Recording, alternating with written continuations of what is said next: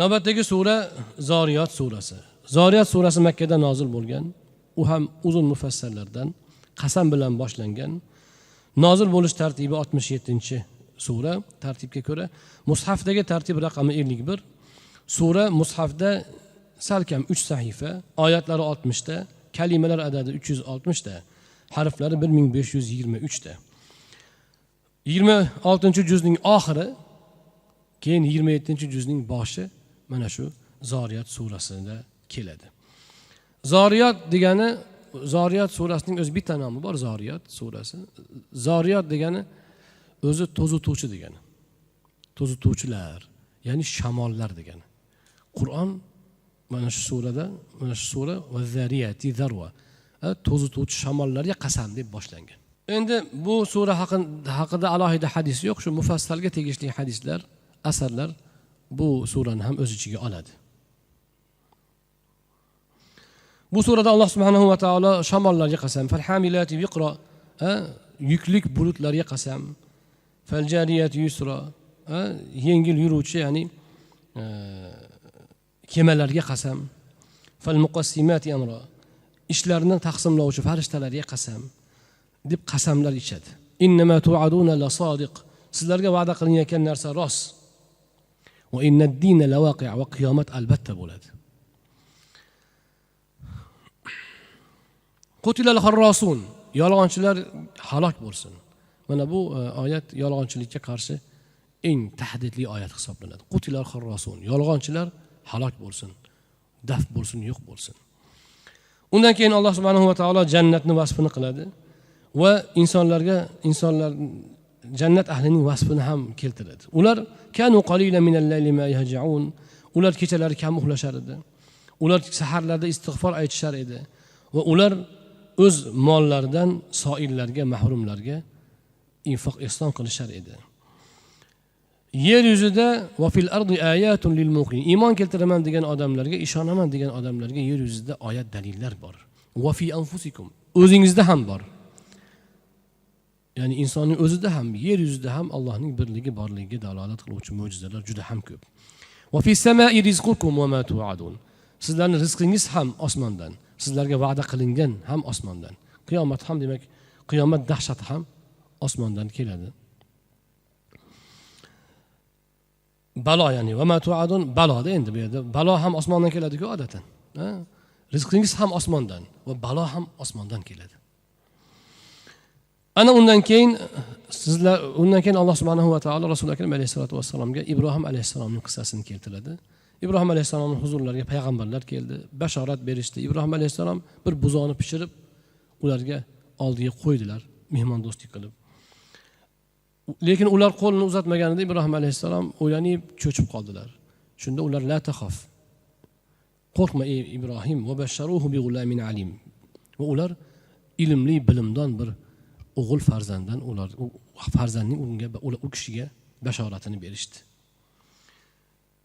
Ayollari Sora voy o'lmasam deb yuzlariga urgan ekanlar shapaloq bilan. Men yoshim keksaygan ayol farzand ko'ramanmi endi deb. Shunda ular aytgan ekanki, qolu kazalik, shunaqa. Gap shu. Qala robbuk, Robbing aytdi buni. Keyin ular aytishdiki, sizlar qayoqqa ketyapsizlar, o'zi nima ish bilan tushdinglar, dedi Ibrohim alayhissalom. Biz Lutning qavmini halok qilgan tushdik, dedi farishtalar. Va Lutning qavmi halok bo'ldi. Undan keyin Musa va Fir'avn qissasi ham qisqacha eslanadi. Bu surada ham payg'ambarlar va ularga ergashmagan qavmning holati qisqa bir necha oyatlarda hikoya qilib, o'ziga xos uslubda bayon qilinadi. Va har gal qissa takrorlanganda yangilik bor. Endi hozir biz bitta o'rganib to'xtala olmaymiz. Har safar yangi uslubda va oldin boshqa oyatda, boshqa surada kelmagan xabarlar bilan o'sha qissa bayon qilinadi. Undan keyin Odning qissasi keladi, undan keyin Samudning qissasi ham keladi. Va qavm Nuh min qabl, hammasidan oldin Nuhning qavmi ham bor edi. Odatda Nuh alayhisalomning qissasi Ibrohim alayhisalomning qissasi bo'lib kelardi-da. Bu yerda Ibrohim alayhisalomning qissasi oldin qarang. Keyin tepaga qarab Musa, keyin pastga qarab Musa alayhisalom qissasi, keyin tepadan Od, Samud, tartib boshqacha. hammasining qissasidan keyin va qavma nuhi min qabl. Hammasidan oldin Nuhning qavmi ham payg'ambarlarni yolg'onga chiqargan edi deyiladi. Va min kulli shay'in khalaqna zawjayn. Biz hamma narsani juft yaratdik. La'allakum tadhakkarun, eslatma olishinglar uchun. Mana bu dunyodagi hamma narsa juft yaralganiga dalil hisoblangan oyat sanaladi. Fafirru ilalloh, Allohga qoching. Men sizlarga ochiq bir ogohlantiruvchiman. Rasul akram alayhisolatu vassalomga bu o'rgatilayotgan xitob hisoblanadi. Mana shu surada bir oyat kelgan. İnsaniyat va jinlarning yaralishidan ko'zlangan maqsad shu oyatda ifodasini topgan. Va ma xalaqtul jinna val insa illa liya'budun. Biz inson va jinlarni menga ibodat qilish uchungina yaratdim men. Alloh aytadi, inson va jinni menga ibodat qilish uchungina yaratdim. Ibn Abbos roziyallohu anhu aytganlarki, liya'rifun, ya'ni Allohni tanishi uchun insoniyat yaraldi. Ba'zi bir odamlar bu oyatni zohir tushunib qolishi mumkin, ya'ni faqat ibodat qilishimiz kerakmikin deb. Ya'ni tor tushunib qolishi mumkin. Haqiqatan inson faqat ibodat uchun yaralgan. Uni boshqa hayotichi, oila qurishi, tirikchilik qilishi, u ibodat bo'lmaydimi? Yo'inki maqsaddan tashqari ish hisoblanadimi? Deyilsa yo'q. Islomda ibodat tushunchasi juda ham keng. Allohga sig'inish ma'nosidagi ma'lum amallar bu ibodat birinchi o'rinda. Namoz, ro'za, lekin yashash tarzini Alloh aytgandek yo'lga qo'yish mana bu ibodat. Oyat karimada mana shu ibodat nazarda tutilyapti. Ya'ni inson va jinlarni men yuborgan shariatga ko'ra yashashlari uchun yaratdim.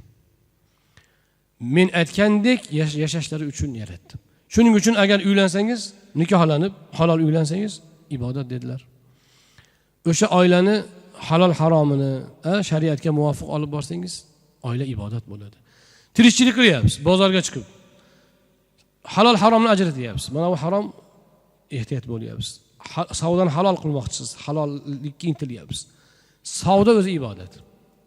Shuning uchun Imom Muhammadga aytishgan ekan, oxirgi hayotlarining oxirgi vaqtida tafsir fiqhda ko'p kitob yozdingiz. Shu zuhdda ham, ya'ni tasavvufda ham bir kitob yozsangiz bo'lar edi deyishgan.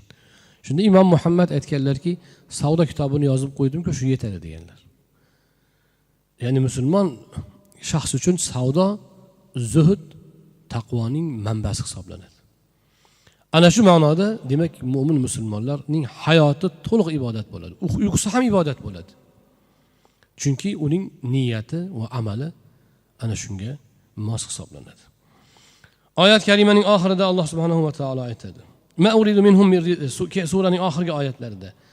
Ma uridu minhum min rizq va ma uridu minhum an yut'imun. Men odamlardan deydi Alloh, menga rizq bersin, meni taomlantirsin demayman, balki men ularga rizq beraman. Shundoq ekan ular ibodatda qoim bo'lsinlar. Fawailul lillazina kafaru min yawmihim allazi yu'adun. Kofirlarga va'da qilingan kunda ularga vayl bo'ladi. Ya'ni holiga voy bo'ladi.